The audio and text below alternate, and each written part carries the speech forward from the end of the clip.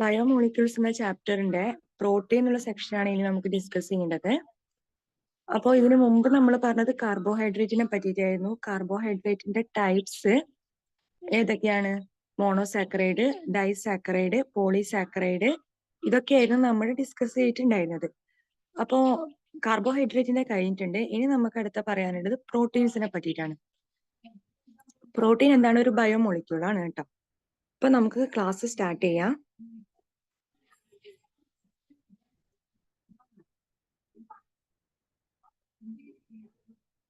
Proteins. Proteins are the most abundant molecule of the living system, and the chief source of protein are milk, cheese, pulse, peanuts, fish, meat, etc. അതായത് നമ്മുടെ living സിസ്റ്റത്തിലെ most abundant ആയിട്ടൊരു biomolecule ആണ് protein എന്ന് പറയുന്നത്. ചീസിലും മിൽക്കിലും പൾസസിലും പീനട്ടിലും ഫിഷിലും ഒക്കെ എന്താണ് കാണപ്പെടുന്ന ഒരു ബയോമോളിക്യൂൾ ആണ് protein. They occur in every part of the body and forms the fundamental basis of structure and functions of life. ഇപ്പോൾ ലൈഫിന്റെ ഒരു ഫണ്ടമെന്റൽ ആയിട്ടുള്ള ഒരു ബേസിസ് ആയിട്ട് നമ്മൾ കണക്കാക്കപ്പെടുന്നത് പ്രോട്ടീനാണ്.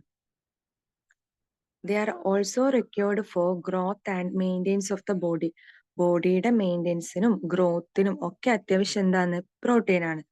The word protein is derived from Greek word proteos, and which means primary or prime importance. All proteins are polymers of alpha amino acid. അപ്പോൾ word protein എന്ന് പറയുന്നത് ഡിറൈവ് ചെയ്തിരിക്കുന്നത് ഗ്രീക്ക് വേർഡായ പ്രോട്ടിയോസിൽ നിന്നാണ്. അപ്പൊ പ്രോട്ടിയോസ് എന്ന് വെച്ചാൽ എന്താ? പ്രൈം ഇമ്പോർട്ടൻസ് ആണ് മീനിങ്. അതായത് ഏറ്റവും ഫസ്റ്റ് ഇമ്പോർട്ടന്റ് കൊടുക്കേണ്ട ഒരു ബയോമോളിക്യൂൾ ആണ് പ്രോട്ടീൻ എന്ന് പറയുന്നത്. അപ്പൊ പ്രോട്ടീൻ എന്ന് പറയുന്നത് ഒരു പോളിമർ ആണ്. ഉണ്ടാക്കിയിരിക്കുന്നത് alpha amino acid unit link ചെയ്തിട്ടായിരിക്കും. അപ്പൊ പ്രോട്ടീന്റെ മോണോമർ ഏതാണ്? Alpha amino acid. ഇത് ഓർമ്മിച്ച് വെക്കേണ്ടതാണ്. അപ്പൊ പ്രോട്ടീന്റെ മോണോമർ ആൽഫ അമിനോ ആസിഡ് ആയിരിക്കും.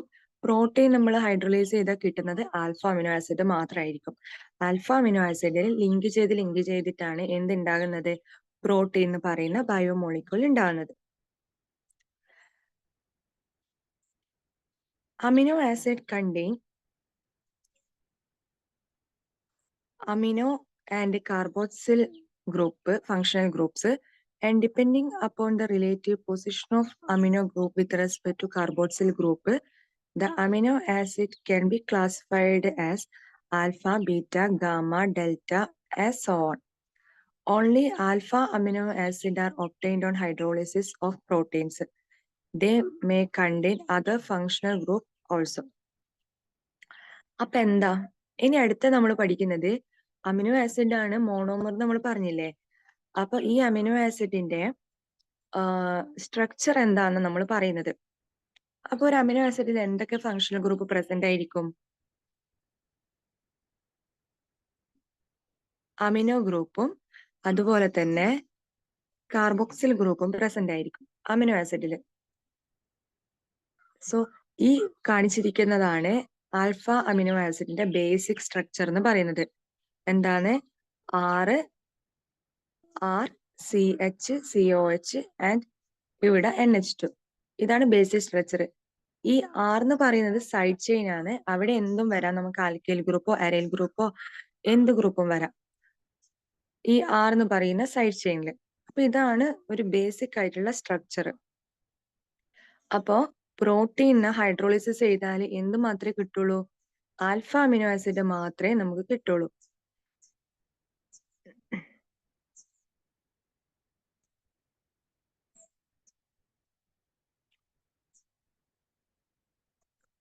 All alpha amino acid are trivial names, and which usually reflect the property of that compound or its source. And the glycine is so named since it has sweet taste. Glycine എന്താ വെച്ചാൽ അതിന് sweet taste ആണ്. And tyrosine was first obtained from cheese. Tyrosine first നമ്മൾ obtain ചെയ്തത് ചീസിൽ നിന്നാണ്. Amino acid are generally represented by a 3-letter symbol and sometimes 1 letter symbol also used. And the structure of some commonly occurring amino acid along with their 3-letter and 1-letter symbol are given in table 10.2. അതായത് നമ്മൾ amino ആസിഡിനെ represent ചെയ്യുമ്പോൾ 3-letter simple വെച്ചിട്ടും represent ചെയ്യും, അതുപോലെ തന്നെ 1-letter simple വെച്ചിട്ടും represent ചെയ്യുന്ന പറഞ്ഞിട്ടുള്ളൂ.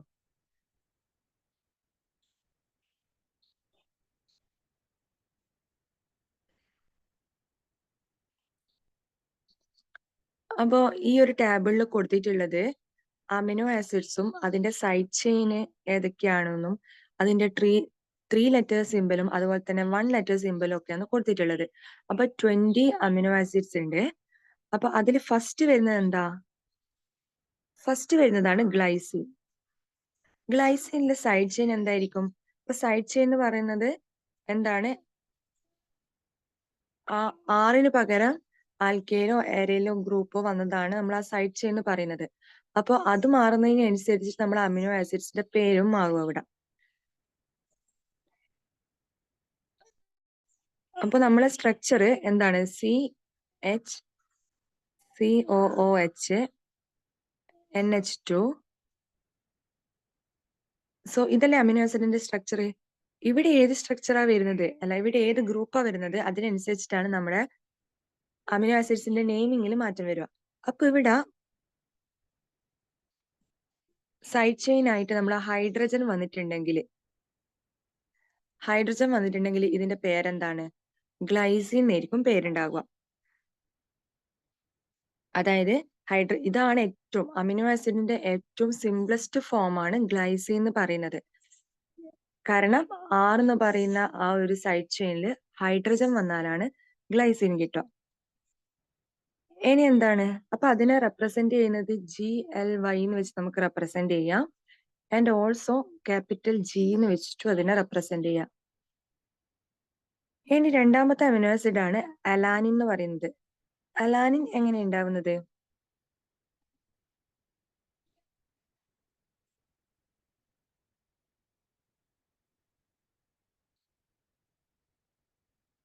നമ്മുടെ ഈ സൈഡ് ചെയിനില് ഹൈഡ്രജൻ ഇട്ടപ്പല്ലേ ഗ്ലൈസിൻ കിട്ടിയേ.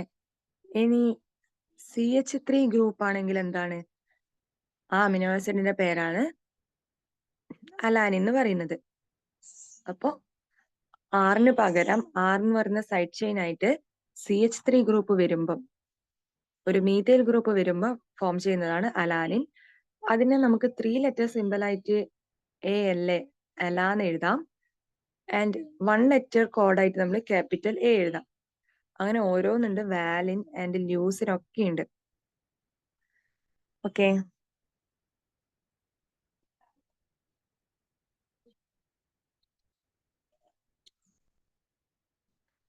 വാലിൻ, leucine, isoleucine and arginine, lysine, glutamic acid, aspartic acid, glutamine, asparagine, threonine, serine, cysteine, methionine, phenylalanine, tyrosine, tryptophan, histidine, proline.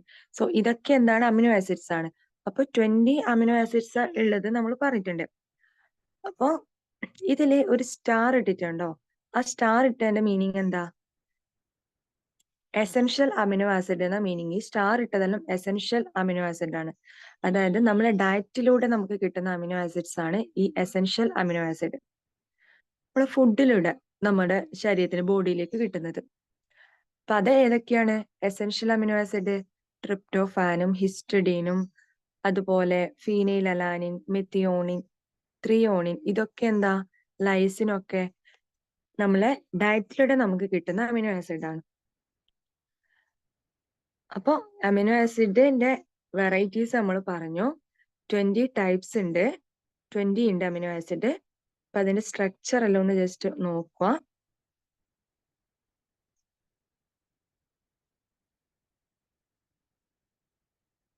ഇനി അടുത്ത് നമുക്ക് പഠിക്കാനുള്ളത് ക്ലാസിഫിക്കേഷൻ ഓഫ് അമിനോ ആസിഡ് ആണ്. അപ്പൊ ഇതെന്താ പറയുന്നത്?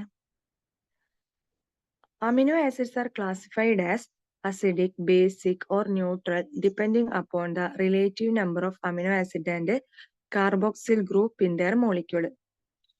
അപ്പോ അമിനോ ആസിഡിനെ നമുക്ക് എന്തൊക്കെയായിട്ട് നമുക്ക് ക്ലാസിഫൈ ചെയ്യാം? അസിഡിക് അമിനോ ആസിഡ്, അല്ലെങ്കിൽ ബേസിക് അമിനോ ആസിഡ്, അല്ലെങ്കിൽ ന്യൂട്രൽ അമിനോ ആസിഡ് എന്നൊക്കെ ക്ലാസിഫൈ ചെയ്യാം. അത് ഏതിന്റെ ബേസിലാണ് ക്ലാസിഫൈ ചെയ്യുക? എത്ര അമിനോ ഗ്രൂപ്പ് ഉണ്ട്, എത്ര കാർബോക്സിൽ ഗ്രൂപ്പ് ഉണ്ട്, ഇതിന്റെയൊക്കെ ബേസിസിലാണ് നമ്മൾ ക്ലാസിഫൈ ചെയ്യുക. ഇനി equal number of amino and carboxyl group make it's neutral. ഇപ്പം ഈക്വൽ നമ്പർ ഓഫ് അമിനോ ഗ്രൂപ്പും ഈക്വൽ നമ്പർ ഓഫ് അമിനോ ഗ്രൂപ്പും കാർബോക്സിൽ ഗ്രൂപ്പും ആണെങ്കിൽ ആ ഒരു അമിനോ ആസിഡ് ന്യൂട്രൽ ആയിരിക്കും. അതായത് ഈക്വൽ നമ്പർ എന്ന് പറയുന്നത് അത് ഈ നമ്മളെ അമിനോ ആസിഡിനെ ഒരു ബേസിക് ആയിട്ടും അമിനോ ഗ്രൂപ്പിനെ ബേസ് ആയിട്ടും കാർബോക്സിൽ ഗ്രൂപ്പിനെ നമ്മളൊരു ആസിഡിക് ആയിട്ടുമാണ് കൺസിഡർ ചെയ്യുന്നത്. അപ്പൊ ഈക്വൽ നമ്പർ ആവുമ്പോൾ അത് ക്യാൻസൽ ഔട്ട് ചെയ്തിട്ട് അതിന്റെ എഫക്ട് ക്യാൻസൽ ഔട്ട് ചെയ്യും. അപ്പൊ ന്യൂട്രൽ ആയിരിക്കും ആ അമിനോ ആസിഡ്. ഇനി more number of amino group than carboxyl group ആണെങ്കിൽ എന്താണ്? ഇറ്റ് ബേസിക് ആയിരിക്കും. ഓക്കെ. ഇനി അടുത്തത് more carboxyl group as compared to amino group ആണെങ്കിലോ മേക്ക് ഇറ്റ്സ് അസിഡിക്. കാർബോക്സിൽ ഗ്രൂപ്പിന്റെ എണ്ണം കൂടുതൽ ഉണ്ടെങ്കിൽ as compared to amino group എന്തായിരിക്കും? അത് അസിഡിക് ആയിരിക്കും. The amino acid which can be synthesized in the body known as non-essential amino acid.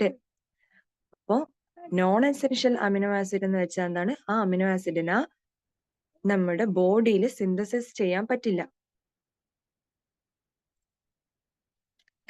Synthesis ചെയ്യാൻ പറ്റുന്ന അമിനോ ആസിഡ് ആണ് കേട്ടോ.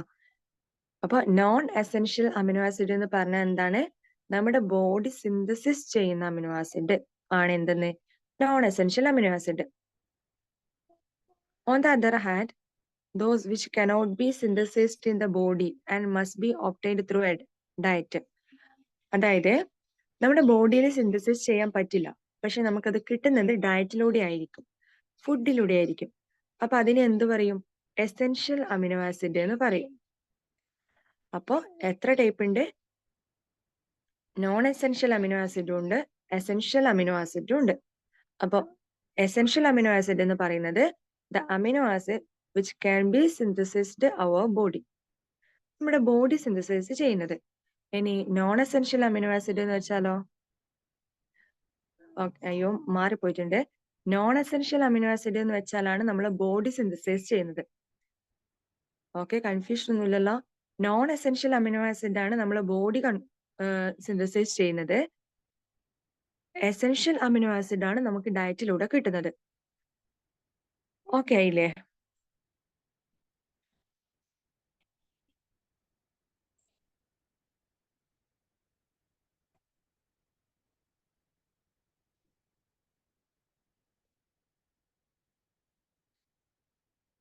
Amino acids are usually colorless, crystalline solid, and these are water soluble, high melting solid, and behave like a salt rather than a simple amino or carboxylic acid. This behavior is due to the presence of both acidic and basic group in the same molecule. Amino acid എന്ന് പറയുന്നത് colourless ആണ്, crystalline solid ആണ്, അതുപോലെ തന്നെ water soluble ആണ്, high melting ആണ്. And also ഈ amino acid behave ചെയ്യുന്നത് ഒരു സോൾട്ട് പോലെയാണ്, അല്ലാതെ അമീൻസോ കാർബോക്സിലിക് ആസിഡോ പോലെയല്ല അത് ആക്ട് ചെയ്യുന്നത്. അതൊരു സോൾട്ട് ആയിട്ട് ആക്ട് ചെയ്യും. എന്തുകൊണ്ടാണ്? ആ അമിനോ ആസിഡിൽ എന്തുണ്ട്?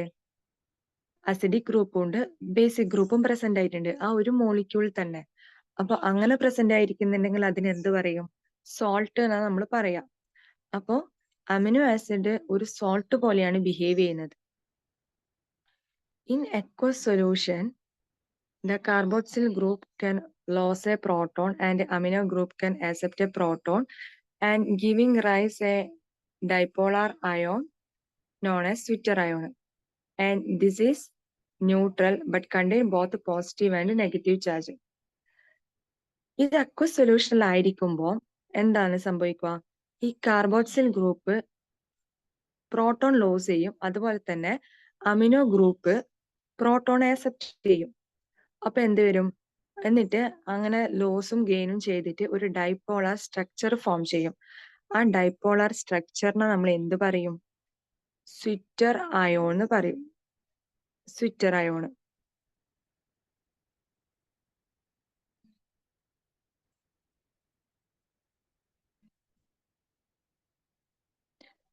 അപ്പോ ഈ സ്വിറ്റർ അയോൺ എന്താണ്? ന്യൂട്രൽ ആണ്. അതെന്താണ്? പോസിറ്റീവും നെഗറ്റീവും ചാർജും ഈക്വൽ ആയതുകൊണ്ട്. ബട്ട് എന്താണ്? അതിൽ പോസിറ്റീവും ചാർജും നെഗറ്റീവ് ചാർജും ഉണ്ടായിരിക്കും. പക്ഷെ ടോട്ടലി അതിനെ ഒരു ന്യൂട്രൽ ആയിട്ട് നമ്മൾ കൺസിഡർ ചെയ്യാം. സോ ഇങ്ങനെയാണ് ഇവിടെ നടക്കുന്നത്. ഇത് സ്വിറ്റർ അയൺ ഫോം ചെയ്യുന്നത് നോക്കിയേ. അപ്പൊ ഇതാണ് നമ്മളെ അമിനോ ആസിഡ് RCH NH2COH. അപ്പൊ ഇത് എക്വ സൊല്യൂഷനിൽ എന്താ സംഭവിക്കുക? ഈ proton carboxyl group proton loss ചെയ്യും, എന്നിട്ട് ഇവിടെ മൈനസ് ഫോം ചെയ്യും. അപ്പോ NH2 അമിനോ ഗ്രൂപ്പ് എന്ത് ചെയ്യും? ഹൈഡ്രജനെ ആക്സെപ്റ്റ് ചെയ്യും, ഒരു പ്രോട്ടോണിനെ ഗെയിൻ ചെയ്യും, എന്നിട്ട് എന്ത് ചെയ്യും? NH3+ ആയിട്ട് വരും. അപ്പൊ പോസിറ്റീവ് ചാർജും നെഗറ്റീവ് ചാർജും ഒരു മോളിക്യൂൾ തന്നെ വന്നു. അപ്പൊ അതിനെ നമുക്ക് എന്ത് പറയാം? ഡൈപോളാർ സ്ട്രക്ചർ എന്ന് പറയാം. അതായത് ഡൈപോളാർ എന്ന് വെച്ചാല് equal and opposite charges separated by a small distance ആണ് നമ്മൾ ഡൈപോളാർ എന്ന് പറയുന്നത്. അപ്പൊ ഇവിടെ എന്താ ഈക്വൽ ആൻഡ് ഓപ്പോസിറ്റ് ചാർജ് അല്ലേ ഉള്ളത്? അപ്പൊ നമുക്ക് ഇതിനെ ഒരു ഡൈപോളാർ ആയിട്ട് കൺസിഡർ ചെയ്യാം. അപ്പൊ ഇങ്ങനെ സ്വിറ്റർ അയൺ ഫോം ചെയ്യും. അപ്പൊ ഇതെന്താണ്? ഒരു ന്യൂട്രൽ ആണ്, but contain both positive and negative charge. Okay.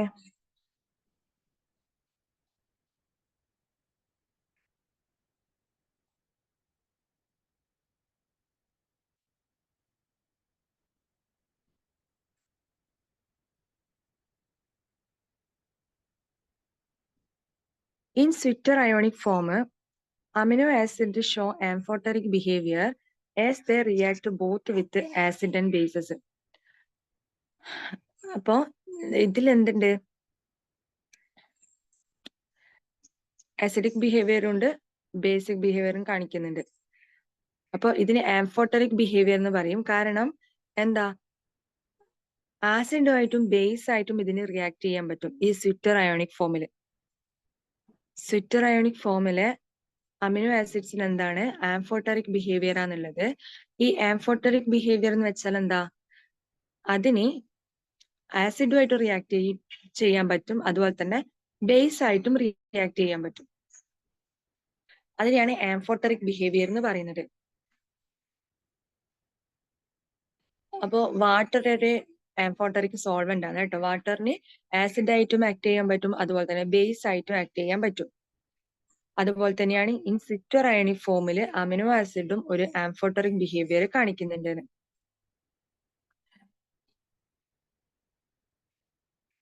Except glycine, all other naturally occurring alpha amino acid are optically active since the alpha carbon atom is asymmetric. അതായത് optical activity കാണിക്കണ്ടെങ്കിൽ carbon എന്ന് പറയുന്നത് എന്തായിരിക്കണം? Asymmetric carbon ആയിരിക്കണം. എന്നാലാണ് optically active ആണെന്ന് നമുക്ക് പറയാൻ പറ്റൂ. ഈ ഗ്ലൈസിൻ ഒഴികെ ബാക്കിയെല്ലാം എന്താണ്? ആൽഫ അമിനോ ആസിഡും ഒപ്റ്റിക്കലി ആക്റ്റീവ് ആണ്. കാരണം അസിമെട്രിക് സെന്ററാണ് ഉള്ളത്. അതായത് കാർബണിന് ചുറ്റുമുള്ള 4 ബോണ്ടിലുള്ള molecules ഉണ്ടാകൂലേ, compound molecules.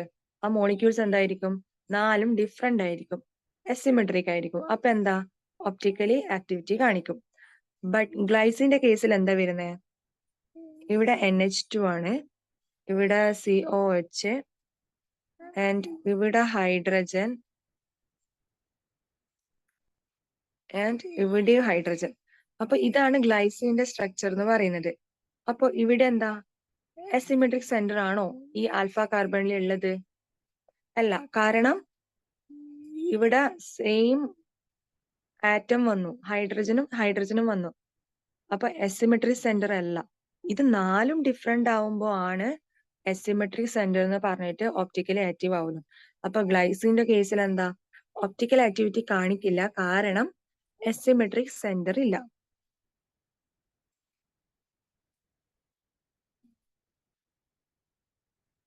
These exist both D and L forms.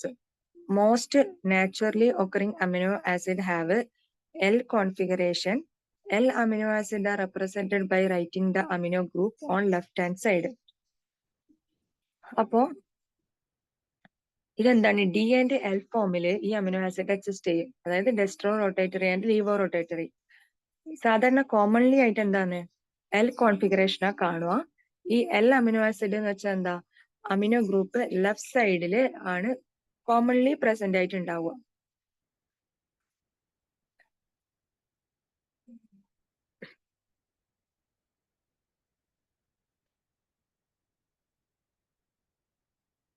ഇനി നമുക്ക് അടുത്ത് പഠിക്കാനുള്ളതാണ് സ്ട്രക്ചർ ഓഫ് പ്രോട്ടീൻ.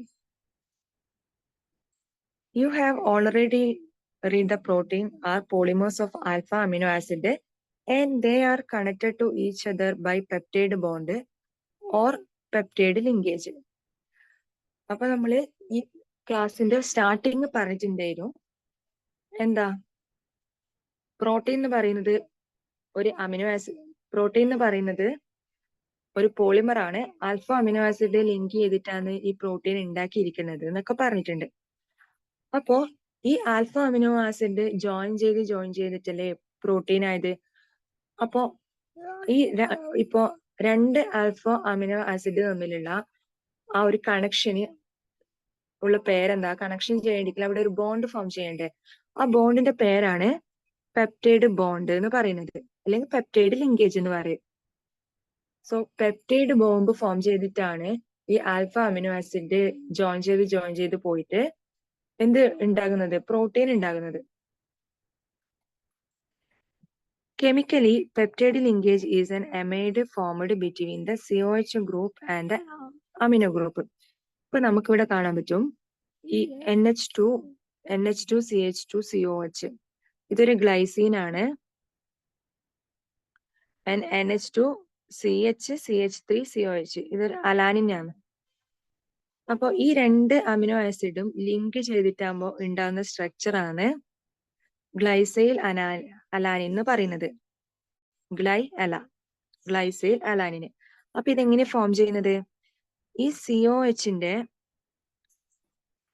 OHും അതുപോലെ NH2ലെ ഒരു ഹൈഡ്രജനും എന്താണ്, വാട്ടർ ആയിട്ട് എലിമിനേറ്റ് ചെയ്യും, എന്നിട്ട് ബോണ്ട് ഫോം ചെയ്യും. അപ്പൊ COHലെ OHും NH2ലെ ഒരു NHും പോയിട്ടാകുമ്പം എന്ത് ബോണ്ട് അവിടെ ഫോം ചെയ്യും, CONH ബോണ്ട് ഫോം ചെയ്യും. സോ അതിനെയാണ് എന്ത് പറയാ, പെപ്റ്റൈഡ് ലിങ്കേജ് എന്ന് പറയാ. The reaction between two molecules similar or different amino acid proceeds through the combination of the amino group of one molecule with the carboxyl group of the other. This results in the elimination of a water molecule and the formation of a peptide bond CONH. അപ്പോ രണ്ട് molecules അല്ലെങ്കിൽ similar amino acid ആവാ join ചെയ്യുന്നത്, അല്ലെങ്കിൽ different amino acid ആവാ. ഇവിടെ ഏതൊക്കെയാ join ചെയ്യുന്നത്, ഗ്ലൈസീനും അലാനിനും ഒക്കെ അല്ലേ ജോയിൻ ചെയ്തത്. നമുക്ക് ഗ്ലൈസീനും അല്ലേ ജോയിൻ ചെയ്യാം, ഡിഫറെന്റ് ഓഫ് സെയിമും ആയിട്ട് ജോയിൻ ചെയ്യാം. അപ്പോ അമിനോ ഗ്രൂപ്പിന്റെയും കാർബോക്സിൽ ഗ്രൂപ്പിന്റെയും ഒരു കോമ്പിനേഷൻ നടക്കുന്നത് എങ്ങനാ, elimination of the water molecule. Water molecule eliminate ചെയ്തിട്ട് അമിനോ ഗ്രൂപ്പിന്റെയും അതുപോലെ തന്നെ കാർബോക്സിൽ ഗ്രൂപ്പിന്റെയും ജോയിനിങ് അവിടെ നടക്കുന്നുണ്ട്. The product of the reaction is called dipeptide because it is made up of two amino acid. അപ്പോ ഇത് രണ്ടും കൂടി നമ്മുടെ ഗ്ലൈസീനും അലാനിനും കൂടി ചേർന്നിട്ട് നമുക്ക് എന്ത് കിട്ടി, ഗ്ലൈസൈൽ അലാനിൻ എന്ന് പറയുന്ന ഒരു ഡൈപെപ്റ്റൈഡ് ആണ് നമുക്ക് കിട്ടിയത്. അതെന്താ നമ്മൾ ഡൈപെപ്റ്റൈഡ് എന്ന് പറയുന്നത്, കാരണം രണ്ട് അമിനോ ആസിഡ് അല്ലേ ഇവിടെ ജോയിൻ ചെയ്തത്, അപ്പൊ ഡൈപെപ്റ്റൈഡ് എന്ന് പറയും. ഇപ്പം 3 അമിനോ ആസിഡ് ജോയിൻ ചെയ്തിട്ട് നമുക്ക് കിട്ടിയ പ്രൊഡക്റ്റ് എന്താ നമ്മൾ പറയാ, ട്രൈപെപ്റ്റൈഡ് എന്ന് പറയും. 4 കമ്പൈൻ ചെയ്തിട്ട് കിട്ടിയാൽ ടെട്രാപെപ്റ്റൈഡ് എന്ന് പറയും.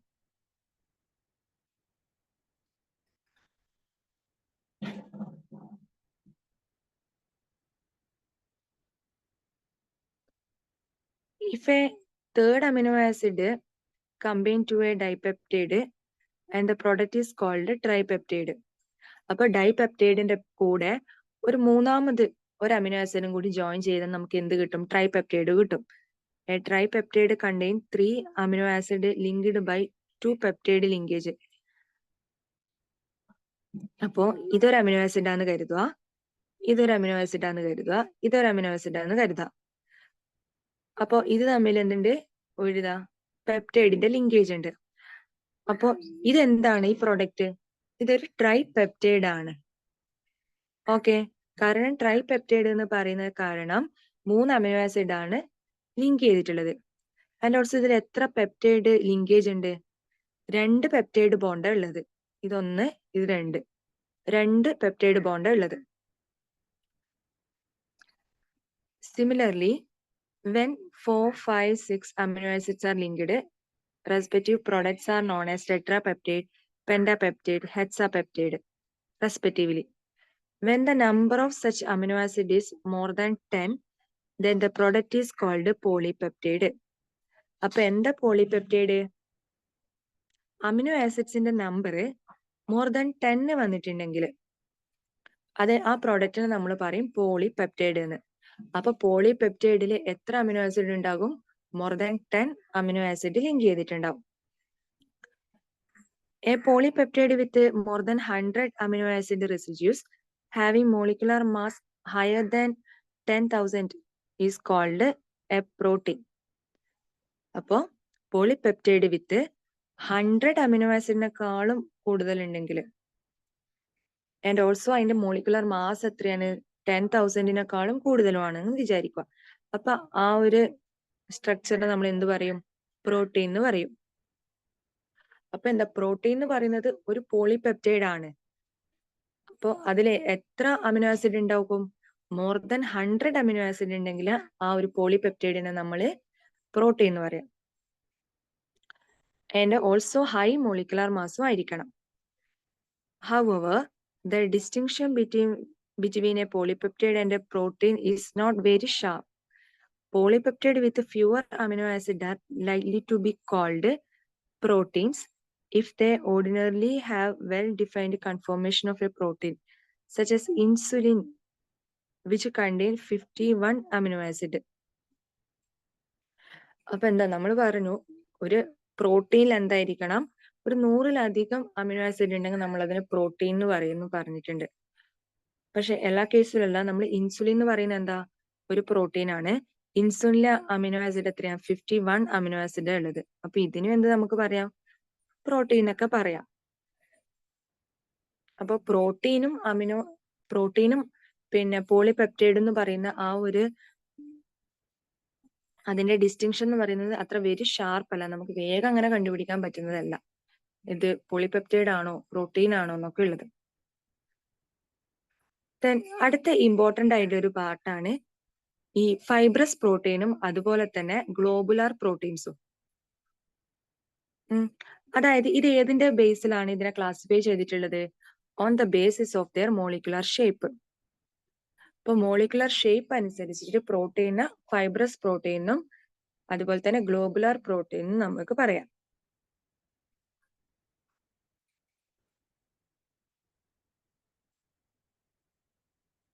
അപ്പൊ ഫൈബ്രസ് പ്രോട്ടീൻ ഫസ്റ്റ് നോക്കാം. When a polypeptide chains run parallel and are held together by hydrogen and disulfide bond, then fiber-like structure is formed. Such proteins are generally insoluble in water, and some common examples are keratin present in hair, wool, silk, and myosin that present in muscle, etc. അപ്പോൾ ഈ polypeptide chain എങ്ങനെയായിരിക്കും ഉണ്ടാവുക? Fibrous protein എന്ന് പറയുന്നത് run parallel ആയിരിക്കും, ഇങ്ങനെ parallel ആയിട്ട് പോകുന്നതായിരിക്കും. ഓക്കെ, ആൻഡ് അത് ഹെൽഡ് ടുഗദർ ബൈ ഹൈഡ്രജൻ ബോണ്ടും ഉണ്ടാവും, അതുപോലെ തന്നെ ഡൈസൾഫൈഡ് ബോണ്ടും ഉണ്ടാകും. ഒരു ഫൈബർ പോലത്തെ സ്ട്രക്ചർ ആയിരിക്കും ഉണ്ടാവുക, ഒരു നാര് പോലത്തെ ഒരു സ്ട്രക്ചർ ഉണ്ടാവുക. അപ്പൊ ആ പ്രോട്ടീൻ എന്താണ്? വാട്ടറിൽ ഇൻസൊല്യൂബിൾ ആയിരിക്കും. അപ്പൊ എന്തൊക്കെയാണ് ഫൈബ്രസ് പ്രോട്ടീന്റെ ഇത്?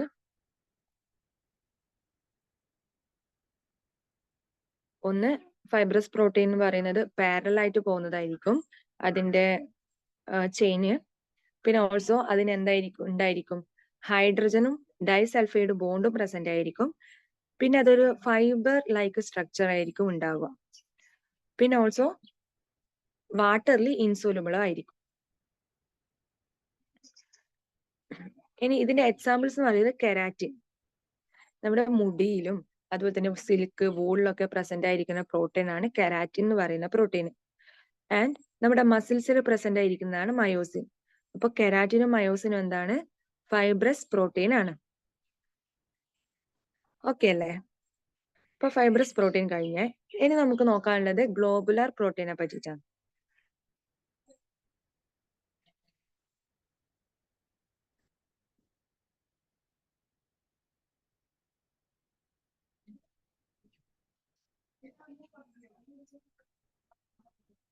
ഗ്ലോബുലാർ പ്രോട്ടീൻ എന്ന് വെച്ചാല് this structure result when the chains of polypeptide coil around to give a spherical shape. These are usually soluble in water and insulin and albumins are common examples of globular protein. അതായത് polypeptide chain ഇല്ലേ, ഇത് ഇങ്ങനെ coil ചെയ്തിട്ട് എന്തായിട്ട് മാറും? ഒരു spherical shape ആയിട്ട് മാറും. അപ്പൊ ഇതിനെ എന്ത് പറയാം? ഗ്ലോബുലാർ പ്രോട്ടീൻ എന്ന് പറയാം. അപ്പൊ ഫൈബ്രസ് പ്രോട്ടീൻ നമ്മൾ എന്താ പറഞ്ഞത്? പോളിപെപ്റ്റൈഡ് ചെയിൻ ഇങ്ങനെ പാരലൽ ആയിട്ട് പോകും. ഇതിനെ നമ്മൾ ഫൈബ്രസ് പ്രോട്ടീൻ എന്ന് പറയാം. ബട്ട് ഗ്ലോബുലാർ പ്രോട്ടീനിൽ എന്താ സംഭവിക്കുക? ഈ പോളിപെപ്റ്റൈഡ് ചെയിൻസ് ഇല്ലേ, അത് ഇങ്ങനെ കോയിൽ ചെയ്തിട്ട് ഒരു സ്പെറിക്കൽ ഷേപ്പ് ആയിട്ട് വരും. അപ്പൊ ഇതെന്തായിരിക്കും? Globular proteins soluble in water ആണ്. വാട്ടറിൽ സോലുബിൾ ആയിരിക്കും. എക്സാമ്പിൾ ഏതൊക്കെയാണ്? ഇൻസുലിനും ആൽബുമിനുമാണ് ഗ്ലോബുലാർ പ്രോട്ടീൻസിന് എക്സാമ്പിൾ. ഓക്കെ അല്ലേ? അപ്പൊ നമ്മള് എന്തൊക്കെയാ പറഞ്ഞത്? ഷേപ്പിന്റെ ബേസിസില് നമ്മള് പ്രോട്ടീനെ രണ്ടായിട്ട് ക്ലാസിഫൈ ചെയ്തിട്ടുണ്ട്. ഫസ്റ്റ് വൺ എന്ന് പറയുന്നത് ഫൈബ്രസ് പ്രോട്ടീനും സെക്കൻഡ് വൺ എന്ന് പറയുന്നത് ഗ്ലോബുലാർ പ്രോട്ടീനുമാണ്. അപ്പൊ ഫൈബ്രസ് പ്രോട്ടീൻ എന്താ പറഞ്ഞത്? ഫൈബർ ലൈക്ക് സ്ട്രക്ചർ ആയിരിക്കും, പാരലൽ ആയിരിക്കും പോളിപെപ്റ്റൈഡ് ചെയിൻ ഉണ്ടാവുക, ഹൈഡ്രജൻ ബോണ്ട് ഉണ്ടാവും, അതുപോലെ തന്നെ ഡൈസൾഫൈഡ് ബോണ്ട് പ്രസന്റ് ആയിരിക്കും, പിന്നെ വാട്ടറിൽ ഇൻസൊല്യൂബിൾ ആയിരിക്കും ഈ പ്രോട്ടീന്. എക്സാമ്പിൾ ഏതൊക്കെയാന്ന് പറഞ്ഞത്? കെരാറ്റിനും അതുപോലെ തന്നെ മയോസിനും. ദെൻ നെക്സ്റ്റ് വൺ ഏതാ നമ്മൾ പറഞ്ഞത്? ഗ്ലോബുലാർ പ്രോട്ടീൻ ആണ്. ഗ്ലോബുലാർ പ്രോട്ടീൻ എന്ന് വെച്ചാൽ എന്താണ്? ഒരു പോളിപെപ്റ്റൈഡ് ചെയിൻസ് കോയിൽ അറൌണ്ട് ചെയ്തിട്ട് ഒരു സ്പെറിക്കൽ ഷേപ്പ് ഫോം ചെയ്യും. അപ്പോ എന്താണത്? വാട്ടറിൽ സോല്യൂബിൾ ആയിരിക്കും. എക്സാമ്പിൾസ് ഏതൊക്കെയാണ്? ഇൻസുലിനും ആൽബുമിനും. ഓക്കെ അല്ലേ? ഇനി അടുത്തത് structure and shape of the protein can be studied at 4 different levels: primary, secondary, tertiary, and quaternary. Each level being more complex than the previous one. അപ്പോ ഇനി അടുത്ത് നമ്മൾ പറയുന്നത് പ്രോട്ടീൻസിന്റെ സ്ട്രക്ചറിനെ പറ്റിയിട്ടാണ്. അപ്പോ പ്രോട്ടീന്റെ സ്ട്രക്ചർ പറയുമ്പോൾ എന്തൊക്കെ ടൈപ്പ് സ്ട്രക്ചർ ഉണ്ട്? പ്രൈമറി സ്ട്രക്ചർ ഉണ്ട്, സെക്കൻഡറി സ്ട്രക്ചർ ഉണ്ട്, ടേർഷ്യറി സ്ട്രക്ചർ ഉണ്ട്, ആൻഡ് ക്വാട്ടേണറി സ്ട്രക്ചർ ഉണ്ട്. ഇങ്ങനെ 4 ഡിഫറെന്റ് ടൈപ്പ് സ്ട്രക്ചർ പ്രോട്ടീൻസിലുണ്ട്.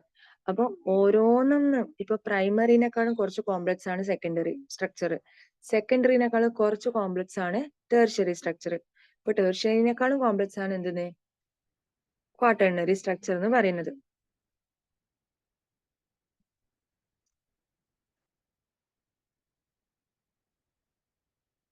ഇപ്പൊ ഫസ്റ്റ് നമുക്ക് പ്രൈമറി സ്ട്രക്ചർ എന്താ നോക്കാം. Primary structure of protein.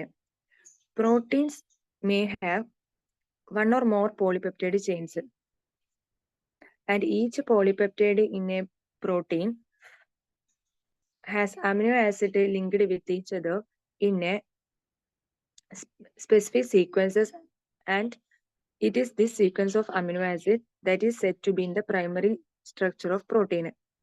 And any change in this primary structure, that's the sequence of amino acid create a different protein. Okay, അതായത് ഒരു പ്രോട്ടീനിൽ എന്തുണ്ടാകും? രണ്ടിലധികമോ polypeptide chains ഉണ്ടാകും, അല്ല ഒന്നിലധികമോ പോളിപെപ്റ്റൈഡ് ചെയിൻസ് ഉണ്ടാകും. അപ്പോൾ ചെയിൻസ് ഇതുപോലെ പാരലൽ ആയിട്ട് ഇത് പോളിപെപ്റ്റൈഡ് ചെയിൻ ആണെന്ന് വിചാരിക്കുക. അപ്പോൾ ഓരോ പോളിപെപ്റ്റൈഡ് ചെയിനിൽ എന്തുണ്ടാവും? ഇതൊരു പോളിപെപ്റ്റൈഡ് ചെയിൻ ആണ്. ഇതിൽ എന്തുണ്ടാവും? അമിനോ ആസിഡ്സ് ലിങ്ക് ചെയ്തിട്ടുണ്ടാകും പെപ്റ്റൈഡ് ബോണ്ട് വഴി. ഓക്കെ, അപ്പോ ഇതിലെ നമ്മുടെ അമിനോ ആസിഡിന്റെ സീക്വൻസസിലുള്ള ആ ഒരു ഡിഫറൻറ്റ് കൊണ്ടാണ് ഡിഫറെന്റ് പ്രോട്ടീൻ ഉണ്ടാകുന്നത്. അപ്പൊ ഇതാണ് പ്രൈമറി സ്ട്രക്ചർ. പ്രൈമറി സ്ട്രക്ചർ എന്ന് സിമ്പിൾ ആണ്. അതായത് ഒരു ചെയിൻ പോലെയാണ് അത് ഫോം ചെയ്യുന്നത്. പോളിപെപ്റ്റൈഡിന്റെ ചെയിൻ ഉണ്ടാകും. അതിലെന്താണ് ആ ചെയിൻ ഒന്ന് മാത്രമല്ല, പോളിപെപ്റ്റൈഡ് ചെയിൻ ഒന്നിലധികം ഉണ്ടാകും. അതിൽ അമിനോ ആസിഡ് പോളിപെപ്റ്റൈഡ് ബോണ്ട് വഴി ലിങ്ക് ചെയ്തിട്ട് ഉണ്ടാവുക. ഓക്കെ, ഈ അമിനോ ആസിഡിൽ ചെയിനിൽ ഉണ്ടാകുന്ന ആ ഡിഫറൻസ് ആണ് ആ പ്രോട്ടീനിൽ തന്നെ ഡിഫറൻറ്റ് ഉണ്ടാക്കുന്നത്. അപ്പൊ ഡിഫറെന്റ് പ്രോട്ടീൻ ക്രിയേറ്റ് ചെയ്യുന്നുണ്ടെങ്കിൽ ഈ അമിനോ ആസിഡിന്റെ സീക്വൻസസിൽ നമ്മൾ ഡിഫറൻസ് കൊടുത്താൽ മതി. അപ്പൊ ഇതാണ് പ്രൈമറി സ്ട്രക്ചർ എന്ന് പറയുന്നത്. സിമ്പിൾ ആണ്, ഏറ്റവും ബേസിക് ആയിട്ടുള്ള ഒരു സ്ട്രക്ചർ, ഏറ്റവും കോംപ്ലക്സ് ഒന്നും ഇല്ലാതെ ഏറ്റവും സിമ്പിൾ ആയിട്ടുള്ള ഒരു സ്ട്രക്ചർ ആണ് നമ്മൾ പ്രൈമറി സ്ട്രക്ചർ. ഇനി കുറച്ചും കൂടി കോംപ്ലക്സ് വിത്താണ് സെക്കൻഡറി സ്ട്രക്ചർ എന്ന് പറയുമ്പോൾ.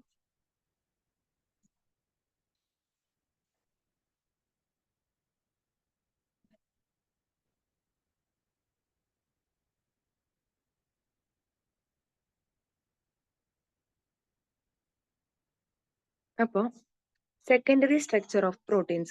The secondary structure of protein refers to the shape in which a long polypeptide chain can exist. They are found to exist in two different types of structure, and alpha helix and beta pleated structure. And this structure arises due to regular folding of backbone of polypeptide chain due to hydrogen bonding between CO and NH group of polypeptide. അപ്പൊ എന്താ പറയുന്നത്?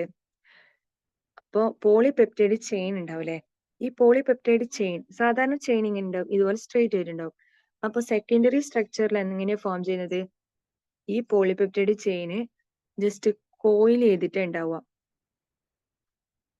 Okay, അത് തന്നെ alpha helix സ്ട്രക്ചറും ഉണ്ട്, beta plated സ്ട്രക്ചറും ഉണ്ട്.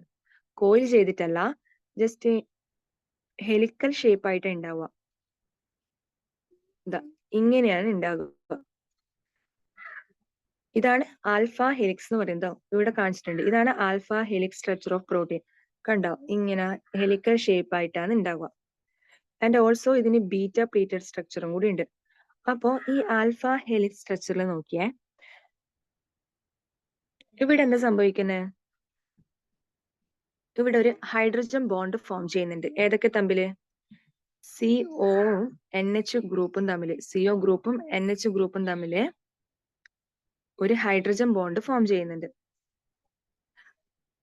കണ്ട, ഇതാ ഇവിടെ കണ്ട ഹൈഡ്രജൻ ബോണ്ട് ഫോം ചെയ്തിട്ട്.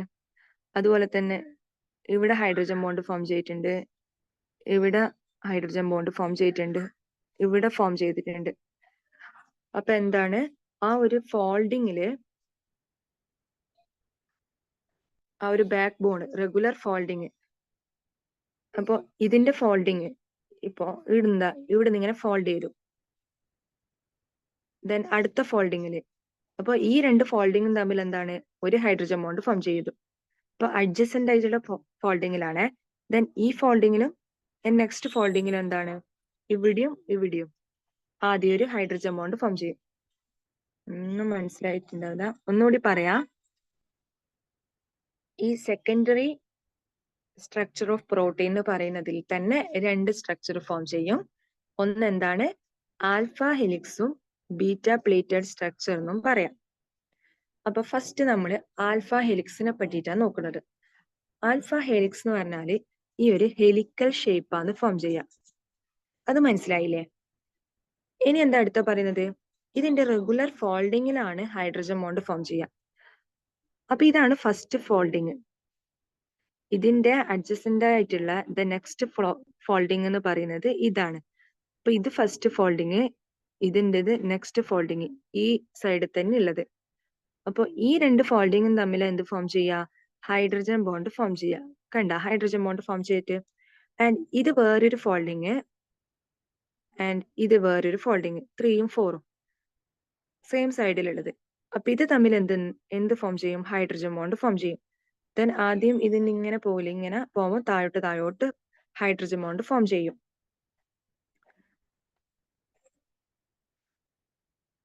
അതുപോലെ തന്നെ ഇവിടെയും ഒരു ഹൈഡ്രജൻ ബോണ്ട് ഫോം ചെയ്യുന്നുണ്ട് സെന്ററിൽ. അപ്പോൾ CO ആൻഡ് NH ഗ്രൂപ്പാണ് ഹൈഡ്രജൻ ബോണ്ട് ഫോം ചെയ്യുന്നത്.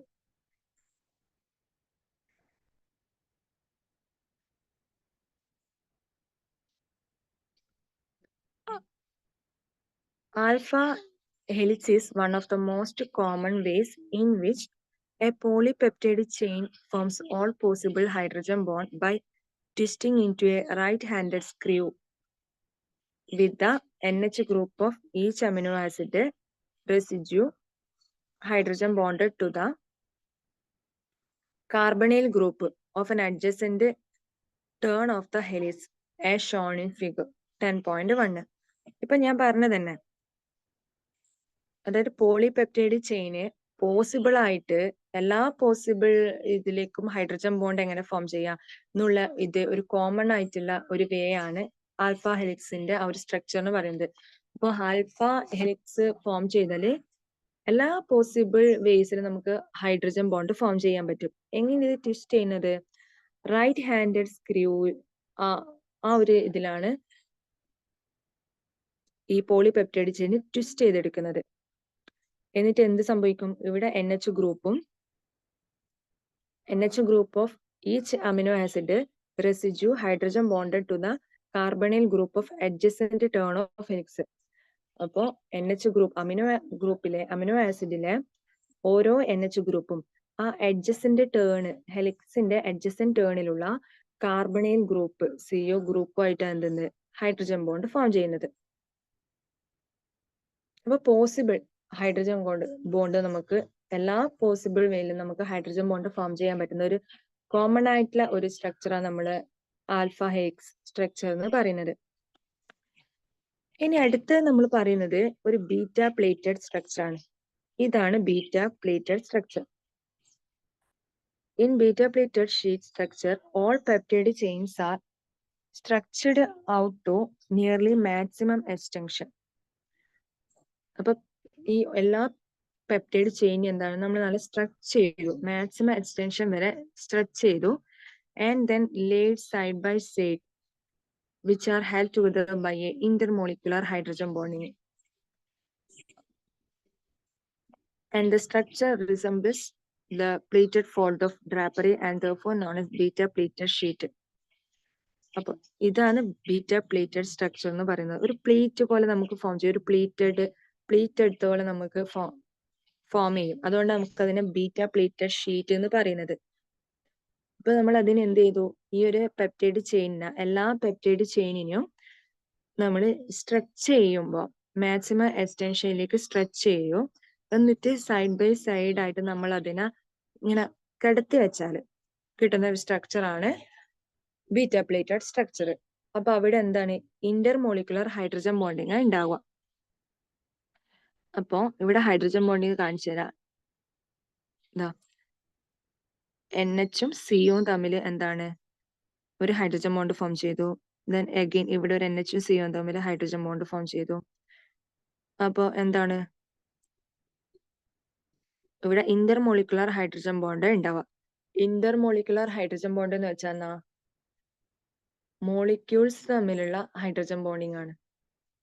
രണ്ട് മോളിക്യൂൾസ് തമ്മിലുള്ള ഹൈഡ്രജൻ ബോണ്ടിങ് നമ്മൾ ഇന്റർമോളിക്കുലർ ഹൈഡ്രജൻ ബോണ്ടിങ് എന്ന് പറയുന്നത്. ഇൻട്രാമോളിക്കുലർ ഹൈഡ്രജൻ ബോണ്ടിങ് എന്ന് വെച്ചാൽ എന്നാ? ഒരു മോളിക്യൂളിന്റെ within the molecule hydrogen bond form ചെയ്യുന്നതന്നെ നമ്മൾ ഇൻട്രാമോളിക്കുലർ ഹൈഡ്രജൻ ബോണ്ടിങ് എന്ന് പറയും. അപ്പൊ ബീറ്റ പ്ലേറ്റഡ് സ്ട്രക്ചർ ആയേ. അപ്പൊ അവിടെ ഇന്റർമോളിക്കുലർ ഹൈഡ്രജൻ ബോണ്ട് ഫോം ചെയ്യുന്നതെന്ന് പഠിക്കുക. പിന്നെന്താ അവിടെ പോയിന്റ്? നമ്മുടെ എല്ലാ പോളിപെപ്റ്റൈഡ് ചെയിനും ജസ്റ്റ് സ്ട്രെച്ച് ചെയ്താല് മാക്സിമം എക്സ്റ്റൻഷനിലേക്ക് സ്ട്രെച്ച് ചെയ്യുക, എന്നിട്ട് അതിനെ സൈഡ് ബൈ സൈഡ്, അപ്പൊ നമുക്ക് ബീറ്റ പ്ലേറ്റഡ് സ്ട്രക്ചർ കിട്ടും. ദെൻ ആ ഒരു സ്ട്രക്ചറിൽ ഇന്റർമോളിക്കുലർ ഹൈഡ്രജൻ ബോണ്ട് പ്രസന്റ് ആയിട്ട് ഉണ്ടാകും. അപ്പൊ ഇത്രയും പോയിന്റ് നമ്മൾ ബീറ്റ പ്ലേറ്റഡ് സ്ട്രക്ചറിൽ പഠിക്കാനുള്ളൂ.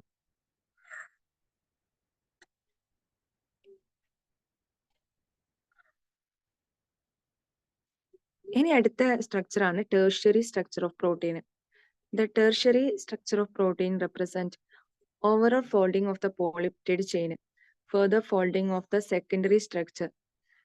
നമ്മൾക്ക് സെക്കൻഡറി സ്ട്രക്ചർ എന്ന് പറയുന്നത് എന്താണ്? ഹെലിക്കൽ ഷേപ്പ് ആൻഡ് അല്ലെങ്കിൽ ബീറ്റ പ്ലേറ്റഡ് സ്ട്രക്ചർ ഉണ്ടാവും. ഈ സെക്കൻഡറി സ്ട്രക്ചറിന് ഒന്നുകൂടി നമ്മൾ എന്ത് ചെയ്യുക?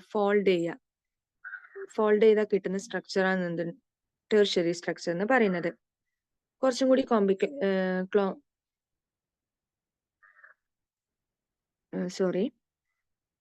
പിന്നെ എന്താ? It give rise to two major molecular shape, fibrous and globular. The main forces and which stabilize the secondary and tertiary structures are hydrogen bond, disulfide linkage, van der Waal and electrostatic force of attraction. അപ്പോൾ tertiary സ്ട്രക്ചറിൽ വരുന്നതാണ് ഫൈബ്രസും അതുപോലെ തന്നെ globular എന്ന് പറയുന്ന ആ ഒരു shape.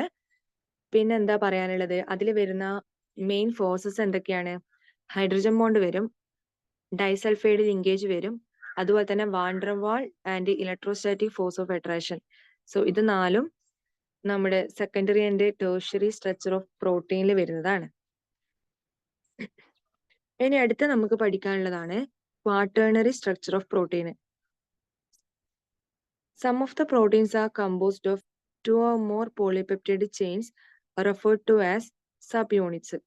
The spatial arrangement of these subunits with respect to each other is known as quaternary structure. ഇപ്പോൾ ക്വാട്ടേണറി സ്ട്രക്ചർ എന്ന് വെച്ചാൽ ഇതിപ്പോ ഒരു സബ് യൂണിറ്റ്, ഇത് പോളിപെപ്റ്റൈഡ് ചെയിനിലെല്ലാം കൂടി കോയിൽ ചെയ്തിട്ടുള്ള ആ ഒരു സ്ട്രക്ചർ നമ്മൾ ഇപ്പൊ സബ് യൂണിറ്റ് എന്ന് പറയും. ഇതിപ്പോ ഒരു സബ് യൂണിറ്റ്. ദെൻ അഗെയിൻ ഇപ്പൊ ഇവിടെ എത്രയായി? 4 സബ് യൂണിറ്റ് ആയി. അപ്പൊ ഇങ്ങനെയുള്ള സ്ട്രക്ചറിനെ എന്ത് പറയാം? നമ്മള് ക്വാട്ടേണറി സ്ട്രക്ചർ എന്ന് പറയാം. അപ്പോ ഈ സബ് യൂണിറ്റ്സിന്റെ സ്പേഷ്യൽ അറേഞ്ച്മെന്റ് ആണ് ക്വാട്ടേണറി സ്ട്രക്ചർ.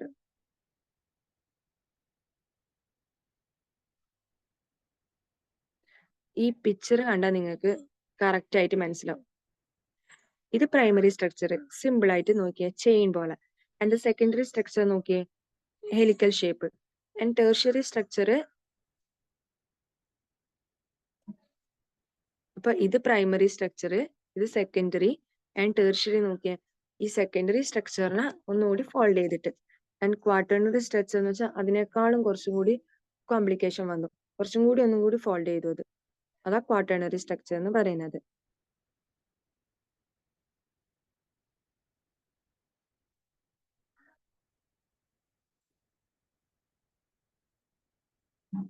അപ്പോ ഇവിടെ കാണിച്ചിരിക്കുന്ന ഈ ഒരു പിക്ചറിലെ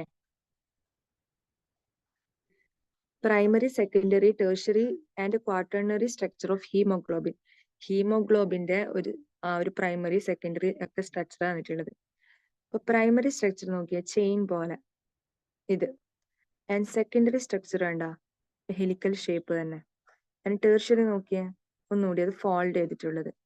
ആൻഡ് ക്വാട്ടേണറി സ്ട്രക്ചർ നോക്കിയേ, ഈ ടെർഷ്യറി സ്ട്രക്ചറിന്റെ തന്നെ 4 സബ് യൂണിറ്റ്സ് വന്നതാണ് ഈ ക്വാട്ടേണറി സ്ട്രക്ചർ എന്ന് പറയുന്നത്. അപ്പൊ ഇതാണ് primary, secondary, tertiary and quaternary structure of protein. Okay അല്ലേ?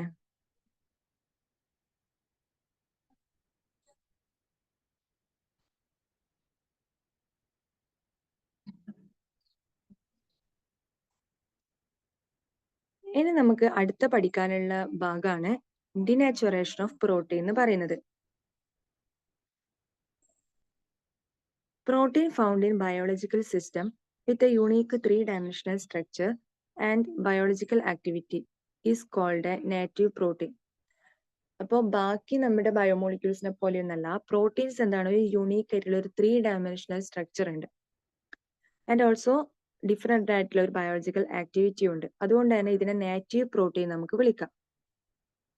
When a protein in its native form is subjected to physical change like change in temperature or chemical change like change in pH, the hydrogen bonded are disturbed. Due to this, globules unfold and helix get uncoiled, and protein loses its biological activity. It is called denaturation of protein. So ഇതൊരു important ആയിട്ടുള്ള പാർട്ടാണ്. എന്താണ് denaturation of protein എന്ന് പറയുന്നത്? ഇതിന് നമ്മുടെ daily ലൈഫിൽ തന്നെ നമ്മൾ കാണുന്ന ഒരു എക്സാമ്പിൾ ഉണ്ട്, ബോയിലിംഗ് ഓഫ് എഗ്. അപ്പോൾ എന്താണ് സംഭവിക്കുന്നത്? ആ ഒരു ലിക്വിഡ് എന്തായിട്ട് മാറും? നമ്മൾ സോളിഡ് ആയിട്ട് മാറുന്ന കാണുന്നുണ്ട് ആ എഗ് ബോയിൽ ചെയ്യുമ്പോൾ. അപ്പൊ അവിടെ എന്താ സംഭവിക്കുന്നത്? എഗിന്റെ ഡിനാച്ചുറേഷനാണ് നടക്കുന്നത്. എഗിലെ പ്രോട്ടീൻസിന്റെ ഡിനാച്ചുറേഷൻ അവിടെ നടക്കുന്നത്. അതെന്താ അവിടെ നടക്കുന്നത് ശരിക്കും? റിയാക്ഷൻ എന്ന് വെച്ചാല് എന്തെങ്കിലും ഒരു ഫിസിക്കൽ ചേഞ്ച്, ടെമ്പറേച്ചറിൽ മാറ്റം, അതുപോലെ തന്നെ pHലോ കെമിക്കൽ ചേഞ്ചസ് ഒക്കെ നടത്തിയാല് ഈ പ്രോട്ടീൻസിൽ നമ്മൾ ഹൈഡ്രജൻ ബോണ്ട് ഉണ്ട് എന്ന് പറഞ്ഞിട്ടില്ലേ? അപ്പൊ ഈ പ്രോട്ടീൻസിലെ ഹൈഡ്രജൻ ബോണ്ട് എന്ത് ചെയ്യും? അത് ഡിസ്റ്റർബ്ഡ് ആകും. അപ്പോ ഗ്ലോബ്യൂൾസ് ഒക്കെ ആണെങ്കിൽ അത് അൺഫോൾഡ് ചെയ്യും, ഹെലിക്സ് ആണെങ്കിലും അത് അൺകോയിൽ ചെയ്യും. നമ്മളിപ്പോ പറഞ്ഞു ഗ്ലോബ്യൂൾസ് ഉണ്ടാകുന്നത് ഇങ്ങനെ ഫോൾഡ് ചെയ്തിട്ടല്ലേ, ഇങ്ങനെയല്ലേ ഉണ്ടാകുന്നത്? ഹെലിക്സ് ആണെങ്കിൽ അതിന്റെ ഷേപ്പ് എന്താ? ഇങ്ങനെയല്ലേ ഉണ്ടാകുന്നത്? അപ്പോ ഗ്ലോബ്യൂൾസ് എന്ത് ചെയ്യും?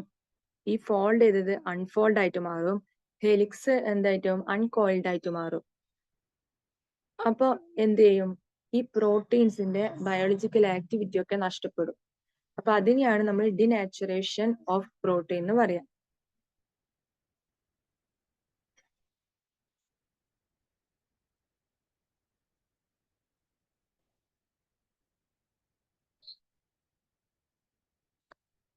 Protein, denaturation of protein. Okay. During denaturation, secondary and tertiary structures are destroyed, but primary structure remain intact. The coagulation of egg white on boiling is a common example of denaturation. Another example is curdling of milk, which is caused due to formation of lactic acid by the bacteria present in milk. അപ്പോൾ വേറൊരു point ആണ്, ഈ denaturation സംഭവിക്കുന്നത് സെക്കൻഡറിയും ടേർഷ്യറിയും structures of പ്രോട്ടീനിൽ മാത്രമേ സംഭവിക്കുള്ളൂ. കാരണം അതിലല്ലേ hydrogen bond present ആയിട്ടുള്ളത്.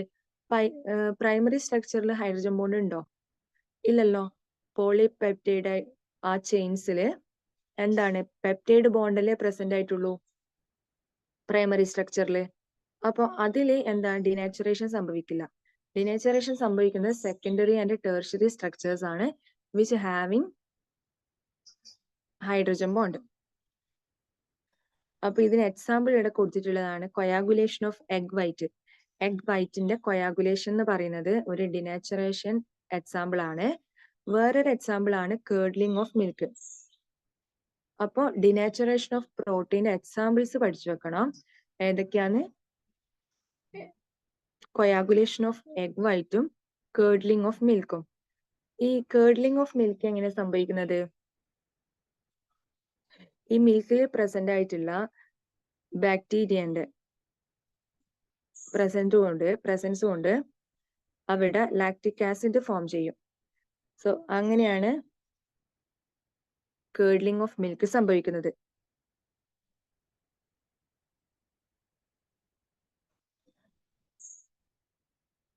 ഇനി അടുത്തത് നമുക്ക് കുറച്ച് ക്വസ്റ്റ്യൻസ് ആണ്. ഇവിടെ 2 ക്വസ്റ്റ്യൻസ് കൊടുത്തിട്ടുണ്ട്, നമുക്ക് നോക്കാം. ആൻസേഴ്സ് നമുക്ക് ഡിസ്കസ് ചെയ്യാം.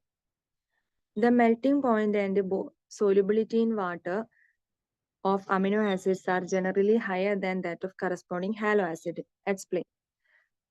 അപ്പൊ അതിന്റെ ആൻസർ എന്തായിരിക്കും? സൊല്യൂബിലിറ്റിയും മെൽറ്റിംഗ് പോയിന്റും ഒക്കെ അമിനോ ആസിഡ്സിന് ഹൈ ആയിരിക്കും, ബട്ട് ഇൻ ഹാലോ ആസിഡ്സിൽ എന്താണ് ലോ ആയിരിക്കും എന്നാ പറയുന്നത്. അതെന്തുകൊണ്ടാ? അതിന് കാരണം എന്ന് പറയുന്നത് സ്വിറ്റർ അയോൺ ഫോം ആണ് കേട്ടാ. അതായത് ഇൻ വാട്ടറിൽ എന്താ അമിനോ ആസിഡ് സ്വിറ്റർ അയൺ ഫോം ഉണ്ടാകും. സ്വിറ്റർ അയൺ എന്ന് വെച്ചാൽ നമ്മൾ പറഞ്ഞിട്ടുണ്ട് ഡൈപോളാർ ഫോം ആണ്. അപ്പൊ അതിനൊരു പൊളാരിറ്റി ഇല്ലേ? വാട്ടറും എന്താണ്? പോളാർ സോൾവെന്റ് ആണ്. അപ്പൊ പോളാർ സോൾവെന്റിലെ പോളാർ ആയിട്ടുള്ള സബ്സ്റ്റൻസ് ഡിസോൾവ് ആവത്തുള്ളൂ. അപ്പം അമിനോ ആസിഡും എന്താണ്? ഒരു പോളാർ ആണ്, ഡൈപോളാർ സ്ട്രക്ചർ ആണ്. അപ്പൊ എന്താണ്? വാട്ടറിൽ അമിനോ ആസിഡ് സോലിബിൾ ആകും.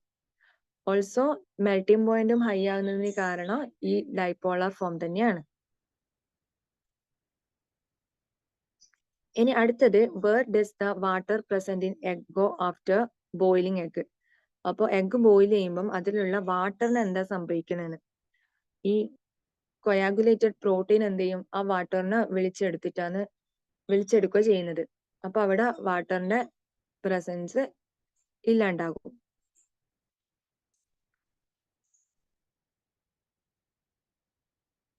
അപ്പൊ ഇത്രയാണ് നമ്മൾ പ്രോട്ടീൻ എന്നുള്ള ഭാഗത്ത് നമുക്ക് പറയാനുള്ളത്. അപ്പൊ എന്തൊക്കെ കാര്യങ്ങളാണ് നമ്മൾ പഠിച്ചത്?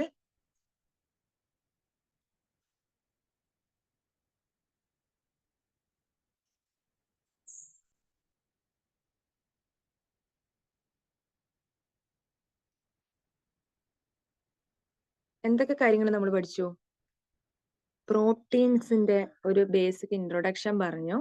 പിന്നെ അടുത്ത നമ്മൾ പറഞ്ഞ പ്രോട്ടീൻസ് എങ്ങനെ ഉണ്ടാവുന്നത്? പ്രോട്ടീൻ എന്ന് പറയുന്നത് ഒരു പോളിമർ ആണ്, അത് അമിനോ ആസിഡ് ലിങ്ക് ചെയ്തിട്ടാണ് ഉണ്ടാവുന്നതെന്ന് പറഞ്ഞു. പിന്നെ അടുത്തത് അമിനോ ആസിഡിന്റെ സ്ട്രക്ചറിനെ പറ്റിയിട്ടുള്ള കാര്യങ്ങളായിരുന്നു നമ്മൾ പറഞ്ഞത്. എത്ര ടൈപ്പ് അമിനോ ആസിഡ് ഉണ്ട്? 20 ടൈപ്സ് അമിനോ ആസിഡ് ഉണ്ട്. അപ്പോൾ അതിന്റെ സ്ട്രക്ചർ ഒക്കെ ഈ ഒരു ടാബിളിൽ കൊടുത്തിട്ടുണ്ട്, അത് നിങ്ങൾ നോക്കണം. പിന്നെ നമ്മൾ ക്ലാസിഫിക്കേഷൻ ഓഫ് അമിനോ ആസിഡ്സ് ആയിരുന്നു പറഞ്ഞത്. Essential amino acid, non essential amino acid, അതുപോലെ acidic amino acid, basic, neutral amino acid, ഇതൊക്കെ പറഞ്ഞിട്ടുണ്ട്. ഇതൊക്കെ സിമ്പിൾ ആണ്, നമുക്ക് ജസ്റ്റ് ഒരിക്കൽ വായിച്ചാൽ തന്നെ നമുക്ക് മനസ്സിലാവുന്ന കാര്യങ്ങളാണ്. അസിഡിക് എന്താണ്? അസിഡിക് എന്ന് വെച്ചാൽ എന്താ? Acidic amino acid carboxyl group high ആണെങ്കിൽ, number of carboxyl group high ആണെങ്കിൽ അത് അസിഡിക് ആയിരിക്കും. നമ്പർ ഓഫ് അമിനോ ഗ്രൂപ്പ് അധികമാണെങ്കിൽ അത് ബേസിക് ആയിരിക്കും.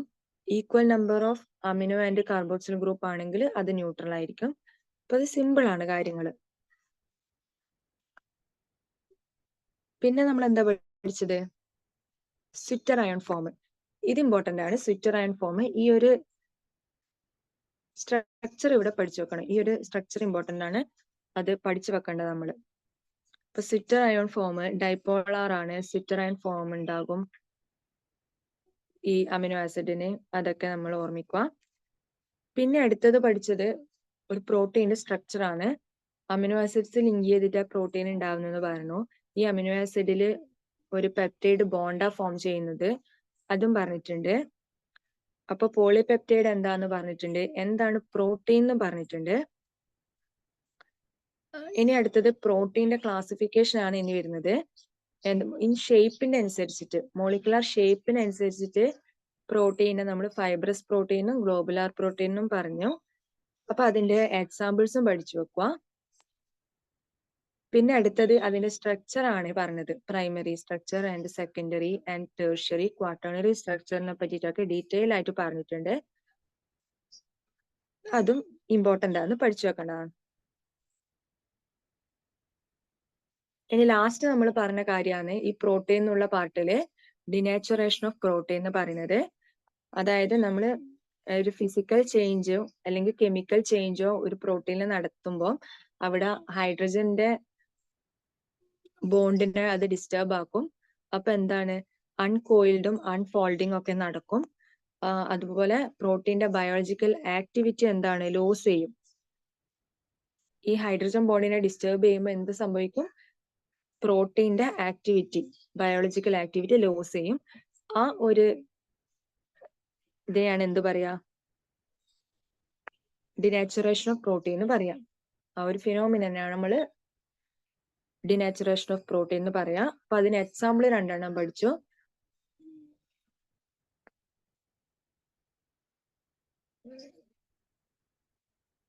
കൊയാഗുലേഷൻ ഓഫ് എഗ് വൈറ്റും അതുപോലെ തന്നെ കേർഡ്ലിംഗ് ഓഫ് മിൽക്കും. അപ്പൊ ഇത്രയും കാര്യങ്ങളാണ് നമ്മൾ ഈ ഒരു പ്രോട്ടീൻ എന്നുള്ള സെക്ഷനിൽ പഠിച്ചത്.